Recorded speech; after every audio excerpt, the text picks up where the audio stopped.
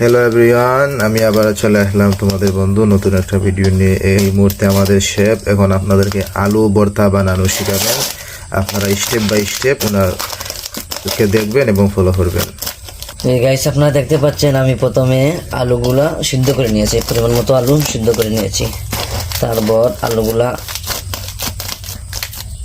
এভাবে হাত দিয়ে চেপে চেপে মিক্স করতে হবে। দেখতেছেন এইভাবে এইরকম শক্তি লাগবে, এইরকম যাতে সব কি হয়ে যায়, মিক্স হয়ে যায়, সব যাতে মিক্স হয়ে যায়। আপনারা সাথে দেখেন, পাশে দেখেন, ভিডিওটা লাইক করেন, শেয়ার করেন আর সাবস্ক্রাইব করেন। আর আপনার ওই বন্ধুর কাছে পৌঁছে দেন যেই বন্ধু আলু ভর্তা বানানো জানে না। আচ্ছা গাইস, আপনারা দেখতে পাচ্ছেন আলু কিন্তু একদম বেটে নিয়েছি আমরা একদম বেটে নিয়েছি।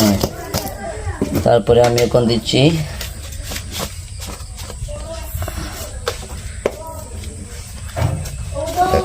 পরিমাণ মতো সল্ট নিয়েছি, লবণ পরিমাণ মতো সল্ট দিয়ে দিবেন।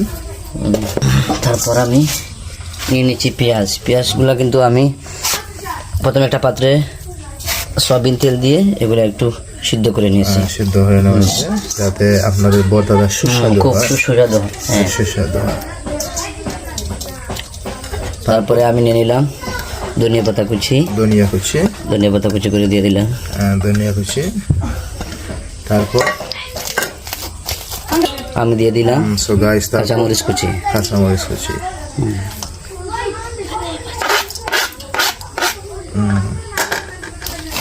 তারপর তো খুব ভালো করে মিক্স করে নিতে হবে। হ্যাঁ গাইস, তারপরে কি করতে হবে, সবকিছু মিক্স করে নিতে হবে।